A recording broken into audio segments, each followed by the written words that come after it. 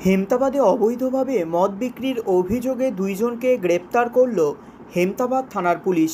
জানা গিয়েছে ধৃতদের নাম বিপ্লব বর্মন, বাড়ি হেমতাবাদের তিলান এলাকায়; অপরজন উজ্জ্বল ভৌমিক, বাড়ি হেমতাবাদের ভরতপুর এলাকায়। বুধবার রাতে হেমতাবাদের ঠাকুরবাড়ি এলাকা থেকে দুই মদ বিক্রেতাকে গ্রেপ্তার করে বৃহস্পতিবার দুপুর ৩টায় রায়গঞ্জ আদালতে পেশ করেছে হেমতাবাদ থানার পুলিশ। এদিন ধৃতদের জামিন মঞ্জুর হয়েছে রায়গঞ্জ আদালতে। তাদের কাছ থেকে ৫,০০০ টাকার বিভিন্ন কোম্পানির মদ বাজেয়াপ্ত করেছে পুলিশ। ধৃতরা এলাকায় মদ বিক্রি করে বলে হেমতাবাদ থানার পুলিশের পক্ষ থেকে জানানো হয়েছে।